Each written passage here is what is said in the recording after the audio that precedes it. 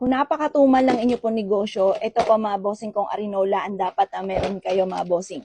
Marami siyang sangkap sa loob mga boss. Meron siyang 8 na omo mga bossing.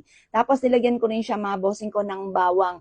Tapos shell. Kasi alam niyo po ba yung shell mga boss, nag-a-attract yan. Yung dalawang yan, yan yung perfectong sangkap na pantawag ng swerte at pantaboy ng mga kamalasan.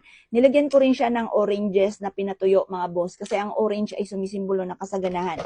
At plus additional pa, ito po ay may mga Libyan na natural stone po sa loob mga boss. At marami pa siyang special na nasa loob na hindi na siya pwede ipakita dito mga bossing.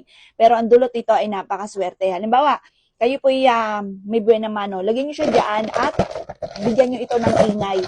Ito po haluin nyo po ng haluin itong mga sangkap na aking mga nabanggit na ito mga bossing ko at sabihin nyo magkakaroon ako ng malaking benta. Lagyan nyo ito mga bossing ko ng pera po ninyo yung benta nyo po araw-araw. Kapag naman lubog ka sa utang, ipa-xerox nyo po yung credit card or kaya meron na kayong mga pirmahan, ganyan.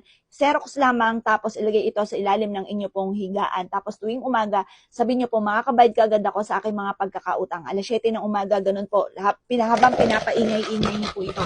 Tapos, pag halimbawa naman, kung kanino-kanino ka may mga pagkakautang, wala naman kayong mga pirmahan, sulat sa papel, isulat ang mga tunay na pangalan ng taong ito, kung kani-kanino at kung magkano, at i-wish nyo po dito na makabayad ka kagad sa inyong mga pagkakautang.